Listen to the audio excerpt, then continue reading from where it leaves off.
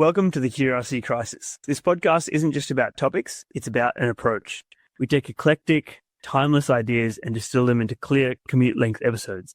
Designed to help you practice the art of curiosity, this show is for curious minds navigating a busy world. Angel investing sounds glamorous from the outside, but behind the headlines, it's about backing people, not just ideas. In this conversation, we get real about what it takes to evaluate founders, why speed beats perfection, and how to build your radar in a space with no rulebook. Whether you're an aspiring investor, a founder, or just curious about how the startup world really works, grab a coffee and settle in as Khush and Dylan break down what they got out of the Startmate First Believers Angel Investing course. Welcome to the show. Thank you. Good to be here. Welcome to our special guest, Dylan Pathrana. It's good to be back, boys. Long time. It's great to have you back on, and I think today will be a really good episode of you guys educating me on this rather niche course and kind of expensive course as well. So as a listener, you get a lot of value out of this, and hopefully we'll learn something. But as always, the most important part of the show, what is keeping you curious, Khush? I'll keep this short and sweet. What's keeping me curious is angel investing and this whole startup ecosystem and world. It's why I did the course. It's why one of the focuses this year is to explore and get really deep into our current curiosities and passions. So yeah, keen to get deep. That's what I'm curious about. Deal? Yeah, I suppose, boys, very short and sweet. It's the hype of the moment. It's AI. I've been working a lot on automations and how I can build agentic workflows and try and streamline a lot of the processes that people are doing manually. So been dabbling around with that, and it's a buzzword, but there's so much to it, and definitely super powerful. Awesome. Mine's a pretty simple one. This is a classic for me. If you're a regular listener, you already know that I'm always recommending a book. So I have another one. This time it's a book called Quantum. It's a historic breakdown of the discovery of quantum physics and kind of like the build up of it. And a lot of people kind of remember like the bookends of quantum. Like we have like the quantum of today with quantum computing and what's going on. And then we have the initial start with like the black body problem. But what filled in all the gaps in the middle, and like who are the physicists and what happened and how did they get to the discoveries and what papers did they publish or reference, and yeah, it's really fascinating. It's fantastic. And awesome. I'm not finished it yet, but it's going really well. So yeah, that's mine. You're gonna have to get us about it when you're done. I'd love to. Maybe we do a quantum episode. For now, I was hoping that you could give us a little bit of an overview, Khush, before we kind of dive into like exactly what the course kind of presented and explained, and then you and Dylan can kind of go back and forth a bit and explain to me, what the hell is angel investing and why is it the way that it is, and yeah. So do you want to just give us like just a brief intro of kind of what it is? Yeah, for sure. I'll do my best. So Startmate is is kind of like a bit of the hub of the ecosystem of the startup world in Australia, like Australia and New Zealand, and they back a lot of pre-seed, like really, really early on startups. So they have their own funds, and so naturally their bread and butter and heart and soul is angel investing and backing first time or young or just early stage founders. And so as part of that, obviously they've got a really good skill set and team that vets these startups and gets them into the Startmate funds and the accelerators. They do a lot of programs to help these founders along, which come with mentorship, obviously the angel investment, some programs to help them, scale and move up their startups in X amount of time.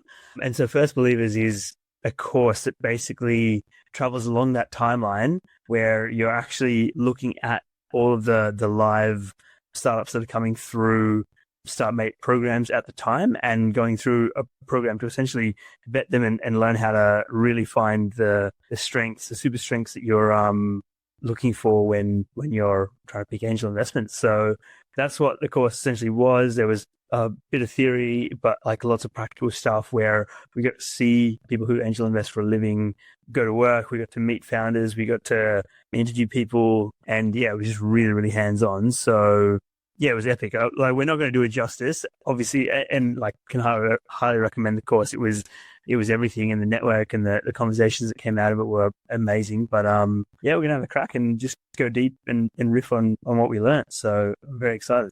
Perfect. And I'll just start going to my first question. Maybe Dylan, if you feel like answering it, we'll go with you. So that's a really good overview. But what makes kind of a founder worth backing in the early stages where you have such limited information on them They come to you, they present an idea about, hey, this is going to work. How is it that you vet that? Because it seems like a very ambiguous process if you're an outsider, I think. Yeah. See, I feel like that's the tough thing with startup investing, especially early stage, that a lot of people kind of forget about, right? These early stage companies often come with just an idea and, no numbers on paper. It's not like you can do the traditional financial modeling to see, okay, this is the rough valuation for this company. Someone's coming to you with a lot of ambition, a lot of passion and an idea. And so, as you mentioned, it really comes down to the person at the end of the day. And like, I suppose what I took from it is, you're more than anything, more than the idea, whether the idea is technically possible, whether you think it will work or not, you're really backing the team and, the founding team, because at the end of the day, it's really up to them to turn what is an idea and a vision into reality.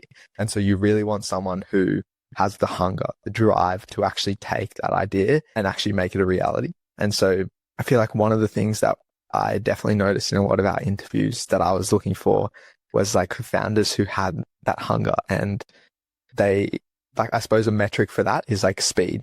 And, we saw some of these founders from idea to like signing first contracts was like less than 2 months, which is like, insane to me, having been through this journey before. That's insane speed. And I suppose, that's one of the key things is that drive and that speed to really take an idea and turn it into something useful. Yeah, I think just to add on to that, like a couple of really good signs early on is that customer centricness, like getting really, really hungry and talking to as many customers, as many users, as many stakeholders or whatever of the product or the idea or the service. And that's one thing that, like, I guess we got told over and over, and like the best founders had, done all sorts of surveys, interviews, interactions, try different things with customers, but then also, and sorry, on top of that, one thing that I was pretty surprised about, and I'm not sure why, but repeat founders. So if, they'd built something before, or they had some runs on the board turning an idea into a product, that was looked at really favorably.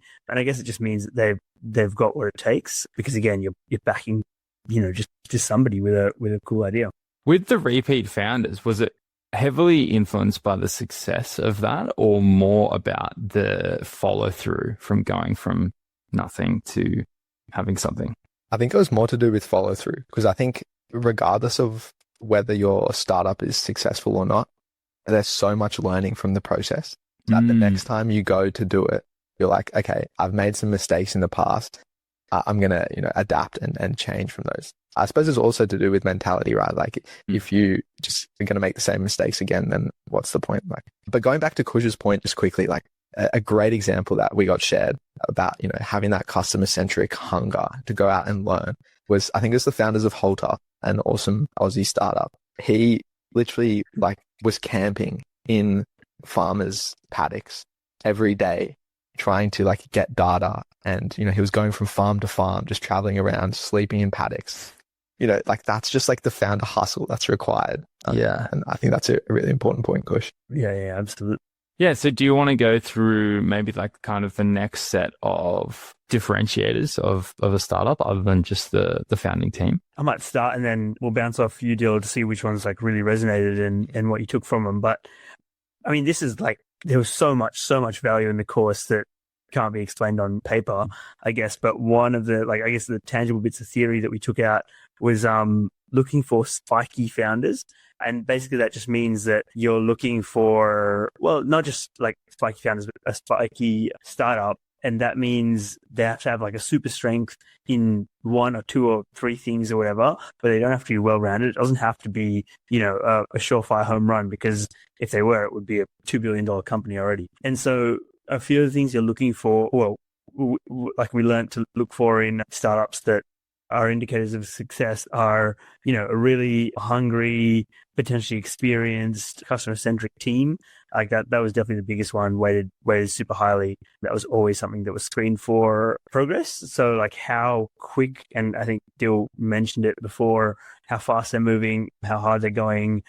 Sometimes it is a hard problem. It takes a lot of time, but how much R&D they've done, movements towards a prototype. Have they built a prototype? So just seeing that. We'll talk about this later, but 10x better. So it's unlikely in this day and age that's hyper competitive that, something is going to, change the game and get people to change and buy it and scale really massively if it's like 2 or 3 times better than the current option or alternative or incumbent. So if you're just a little bit faster or a little bit like smaller, it's probably not going to make a huge difference. A 10x, that can be 10x better in any way. A unique vision, so seeing the world in a different lens, reimagining the way something's done completely, throwing out the rule book a little bit, and then invention. I mean, that's a bit more self-explanatory, but things that can, be backed with a patent, which are a differentiator, or just coming up with something brand new. But those are like some of the key, I guess, spikes or super strengths you're looking for in these ideas and startups. But yeah, you can go deep on any one of them. So yeah, Dill, do you want to jump in? Yeah, before we go too much deeper, I think it's important to set the context about early stage investing in the fact that there's a great book called The Power Law, and it basically sets out, early stage investing in a nutshell. And it's the fact that it's a super high risk asset class. 99% of startups will fail, but you're investing in those businesses for the one that will become a unicorn, right? So it's like you're going all in on a bunch of companies just for one to make it big time, right? Like, whereas, when you invest in stocks and other assets, it's like, okay, I'll diversify, but they'll all grow slowly. No, with early stage investing, it's like, okay, I got to diversify and not have all my eggs in one basket because 99 of them will die, but one of them will become the next $10 billion company, right? And so when it comes to that spikiness we're talking about, if a founder ticks all those boxes, it might be and just does them well, then it might be a good idea, but it might just become an okay business. And by okay, that could still be $1 million business. But in the venture game, you're looking for that, 100x return. And so that spikiness is really important because you want someone who is so incredibly good, or an idea that is so incredibly good, it is a massive spike. Even if they're weak in all the other areas, that one spike could be the difference that gives them that chance to become 100x. This episode is brought to you by Field. 1 in 4 business owners struggle with missed appointments, payment issues, and managing their team. Field fixes this with automation, marketing tools, and all-in-one payment solutions, helping businesses run smoother and even generate passive income. Know a business that could be doing more? Visit field.co, spelled FIELDD.co, to get started for free or chat with their team today. I wanted to dive a little bit deeper into that spike kind of analogy as well, because Dylan, you have something which is about how spikes trump weaknesses. Yeah. And I kind of wanted to elaborate a little bit on that, especially because why is that the case, right?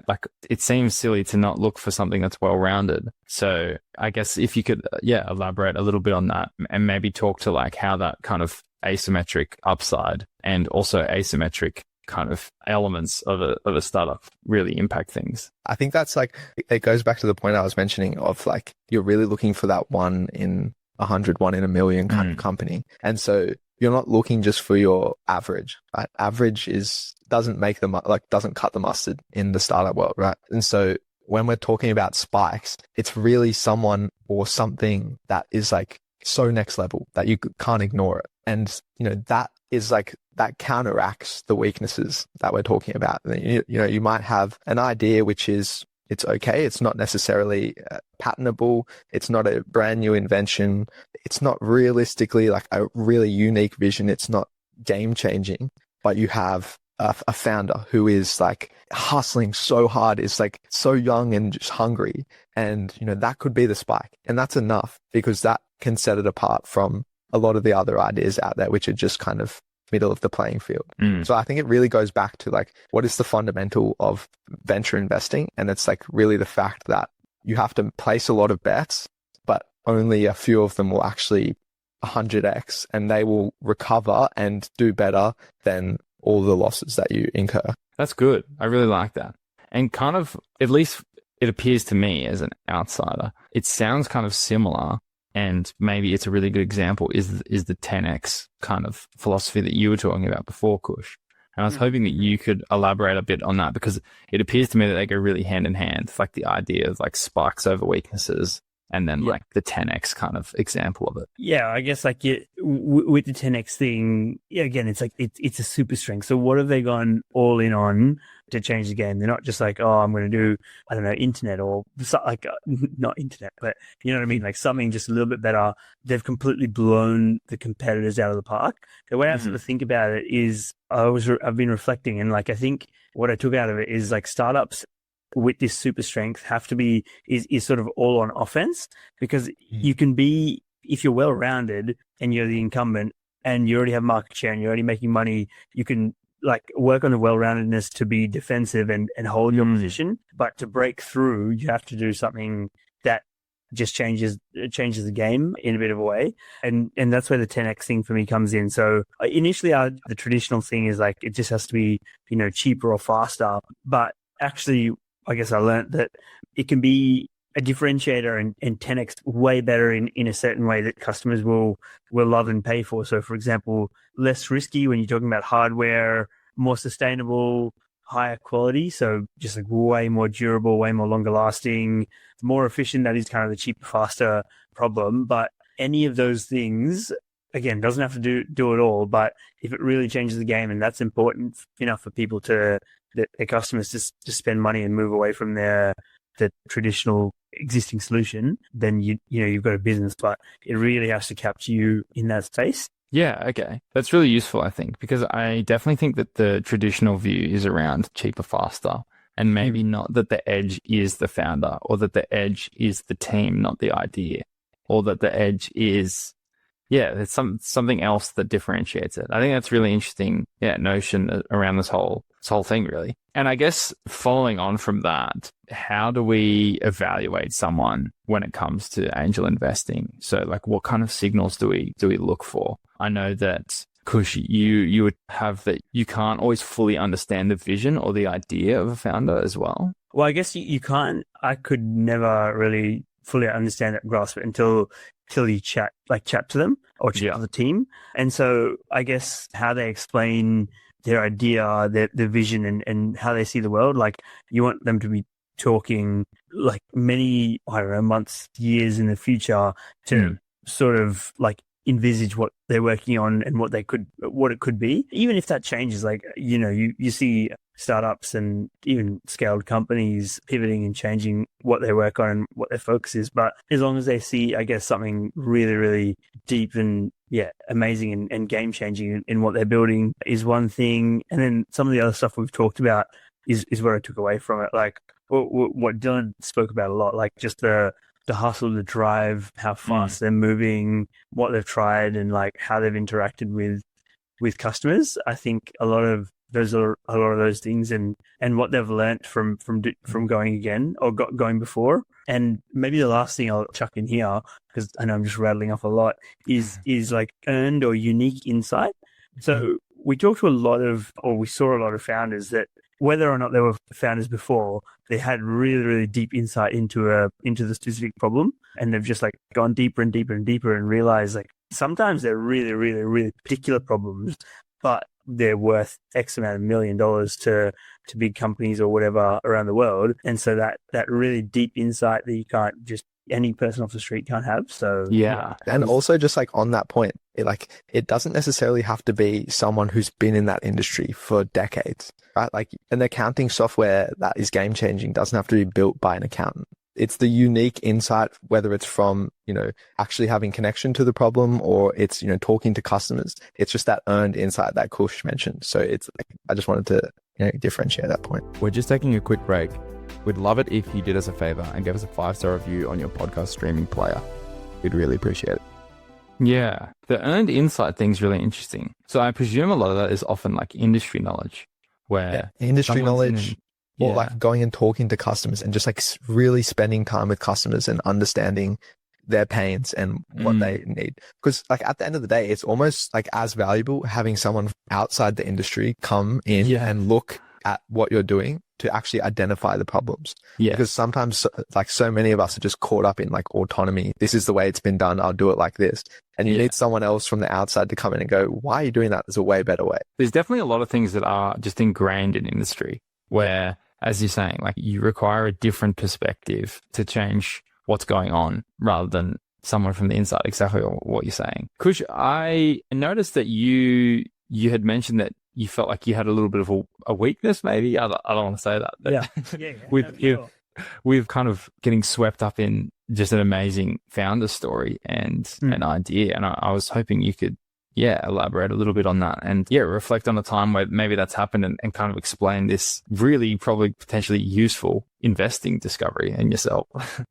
Well, I'm going to start it by, like, I'm not going to name specific, companies or founders or whatever. To be honest, it was more of a general thing. But one thing I'll bring up first is, as Dylan and I have been going back, the other thing that I've picked up, and I already knew it, and I already had realized it in the course, is there is just no straight path into any of this. So, for example, we're talking about earned insight, whether that's somebody that's really, really deeply touched by the problem and they are, that accountant with 20 years of experience and then they really know something niche, or they're somebody with no accounting experience whatsoever, but they're reimagining a problem just because they see it from a different light, or the founder that, I don't know, maybe he's not, well, maybe they are super technical, but, goes and sleeps on farms for 30 days straight, on a road trip to really, really understand the problem and then build and change from there. There's so many different ways and unclear and non-standardized indicators of success. And it's just a really tricky game to get into. And so one thing that I got wrong and I got swept up in, not that there's anything wrong with that. You just gotta meet people and really go deep. Tuition fees, as we say. Was mostly just AI. There's a lot in the AI space, and I'm more than half, I reckon, of the startups I looked at, evaluated, talked to people about were something to do with AI, and I really don't. I'm not that super close to it, so I didn't know whether, for example, a lot of them looked really impressive and were doing something awesome, but I didn't know the back end of it and how, I guess, replicable or how defensible, but how standardized their offering could be, because there was a lot, I learned the term AI wrappers, where they're using existing models and then build something on top of that. So I reckon, got swept up in that, and then through conversations with other angel investors and people in the course and that were much deeper into AI and understood that further, actually I learned that some of them weren't as amazing as I might have thought. And then I sort of learned from there, if you're going to do this, you can go deep on lots of stuff and read up, or stick to your areas that that you can be a bit more dangerous in, or at least have a bit of a clue in. And for me, that might be energy and climate stuff. So it was just an interesting takeaway. I think it's also important to register that it doesn't have to be a solo game either. In our final interviews with some of these companies, we were drawing in experts to sit on the panel, and just as someone who has their finger on the pulse to say yes or no, what they're saying is right. Yes, this is a game changer. And I think, that's an important lesson from me. It's when I don't understand the field, I'll pull someone in. If there is another AI company, Lukey, I'll give you a call and, draw you into the conversation. I think that's an important takeaway as well. Yeah, I think that's really interesting. We actually did touch on AI wrappers, I think, in an initial episode on the curiosity crisis, Khush, because I remember we talked about what differentiates them and whether this was something that was bolted on and kind of attached later, or whether it was a core component. And kind of we talked about what is your moat. And I remember that being a really interesting conversation. And I think that's a super valuable kind of thing that you've identified there. That's great. Yeah. I kind of have a few closing questions, which I actually think will open up a lot of other discussion, but kind of to both of you, how has kind of getting involved on the ground and in the ecosystem changed your perspective on angel investing? And that means, do you see it differently to how you did when you went in? Is it maybe more or less structured, or kind of what has changed in terms of, just the way that you view it? Yeah, I suppose for me, it was a great eye-opener to realize that there's a lot more being done in the ecosystem than I initially thought there was. And I think last time we spoke, I'd just come back from Stanford and spending time in SF, it's you can't miss the startup ecosystem there. And then when I came back here, it's you really have to try hard to find the people in the ecosystem in Australia. And so I think, this course was great because, got connected with a lot of other people in the ecosystem. And I think that was, a great point of learning. there's so much more out there. And I suppose like in terms of in angel investing specifically, it was like, we can all contribute something, whether it's, just making, it doesn't have to be monetary either. Like I've been doing my best to try and refer people to my network, whether they're startup founders who need advice with something and connecting them with someone who can potentially mentor them. Like it doesn't just have to be a financial thing. But I think the other key takeaway is like Australia as a whole is such a risk averse society. And so when it comes to startup investing, which I mentioned is inherently very high risk, there's still people turn a kind of a blind eye to it because, especially when we look at Australian real estate, why would you invest in something which could go to zero when you've got steady returns in Australian real estate? And so I think there's, more to be done to grow the ecosystem so people understand what actually is startup investing and the benefits of it as well. We're losing so many of our great companies overseas because there's just not enough support and mentorship and capital to back them here. So I think that's a really important point is like, how do we grow the ecosystem? Everyone do their part so that, great companies, great jobs stay in this great country. I think I learned, I guess it's definitely a team sport. Like it's not necessarily something you just do yourself, even if, you wanted to, if you're really rich and you were like, okay, I'm going to go angel investing. It's still like way, like, I don't know if it's way more, but compared to, for example, stock, like just investing on the stock market or things that like have a typical brokerage or something, it's just way more of a like interactive team sport with you and the founder, you and other investors, experts, mentors. Like it inherently is a team game. And so, yeah, like Dylan was talking about, it's all about the network and leaning on those around you and stuff like that. So yeah, it's really interesting though. It's really cool. And like, I see it completely different to the other investing I do. And so, yeah, it was such a wild, new learning. So yeah, I loved it.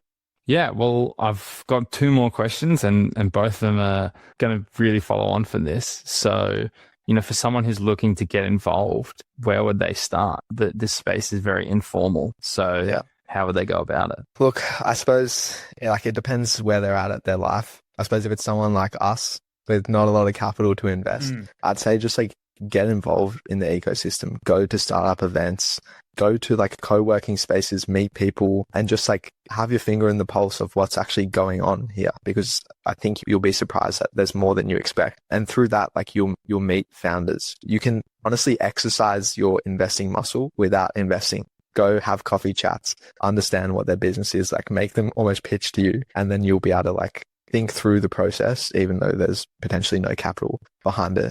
But I suppose if you are someone with a little bit of capital behind you, even if it's not too much, you can join some angel syndicates, which reduce that price barrier down a lot. Like a syndicate is basically you join with a group of angel investors and go in together to reduce the upfront capital. And I think, as you said, Luke, you've got to pay your dues, and the only way to get better at it is through experience. Definitely. Yeah, I'd definitely just echo that, get involved in, for example, like some of the Startmate events or some of the other like accelerator or angel investing companies or ecosystems around. We'll throw some, and there's always going to be that opportunity to get involved, to meet founders, to figure out if that is the opportunity for you or it's something that piques your interest. Like, for example, at pitch nights, a lot of the founders are pitching and maybe they're ready then, or maybe ready in a couple of months for a seed investment or they're all at different rounds and different stages. So just, the more exposure, the better. And I think that's definitely one of my aims for this year. And just to add on that, like one great event I would recommend everyone go to just to like understand the scale of the ecosystem and what's going on would definitely be the Startmate demo day, which is going to be in Sydney this year. So if you're around, shameless plug, but not plugged. No, that's excellent. And yeah, I guess we end with one kind of difficult question, which is if you could distill everything that you've learned from this angel investing course into one piece of advice for a complete beginner, what would it be? I know it's hard. That's crazy. That is crazy talk. I think for me, it's really come back to relationships. And having spent a bit more time with, some VCs and around investments, I think a lot of the deal flow comes from maintaining strong relationships time and time again. And it can be meeting with a founder even before they've got an idea and just like catching up with them, like every now and then, keeping your finger on the pulse, understanding what they're working on, and just like having a really big network book, it makes a huge difference. And just, staying in touch with everything that's going on, because, you might be the first person to have coffee with that guy or girl who eventually goes on to have an idea which is brilliant. And, they've only got limited space in their investment round. Who are they going to pick? Someone who's, just come in with, this check, or someone who's believed in them from the beginning, who's, also bringing that check, who's got a big network base, who can help with referrals. Like at the end of the day, more than capital, you need to provide like value as well. So I think really building and maintaining strong relationships throughout the ecosystem would be my key takeaway. Yeah. One piece of advice. Well, one is to just get involved and go see. It's like see what's out there. But I guess the key, one of the biggest key takeaways is similar to what Dylan says, all about the people, the founders, and just like, at the end of the day, if you're angel investing that early on, you are not backing a surefire winner. You're just backing a really, really, really hungry person, a really hungry founder or team that's trying to make their dreams come true. So it's all about that, which is, really cool. Perfect. Well, thanks heaps for coming on, obviously, Dylan. And if you want to shout out what you have, that would be ideal. Yeah, for sure. Well, I think I did it last time, but me and my dad have a podcast called The Quest for Success, where we interview people from a range, of walks of life. And we really try to understand what success means to different people, walk through their story and try and pull out what are some of the fundamental traits which build a successful life. So, if you're interested in learning from other people and their stories and their journeys, definitely go and check it out. Yeah, can confirm. Really, really interesting listening, and everybody comes with something different. So thanks for coming on, Dill. Lukey, you did a great job. That was really fun. I thoroughly enjoyed that first episode for us for the year. So good to be back, boys. Thanks for having me. Excellent. Thanks for listening. Find us at curiositycrisis.com and Curiosity Crisis on Instagram. We're on all major streaming services, so you can listen how you like. As always, favor, if you got anything out of this, please send this to a friend. Your recommendation is always worth a lot. And thank you, and catch you on the next episode. Perfect. See ya.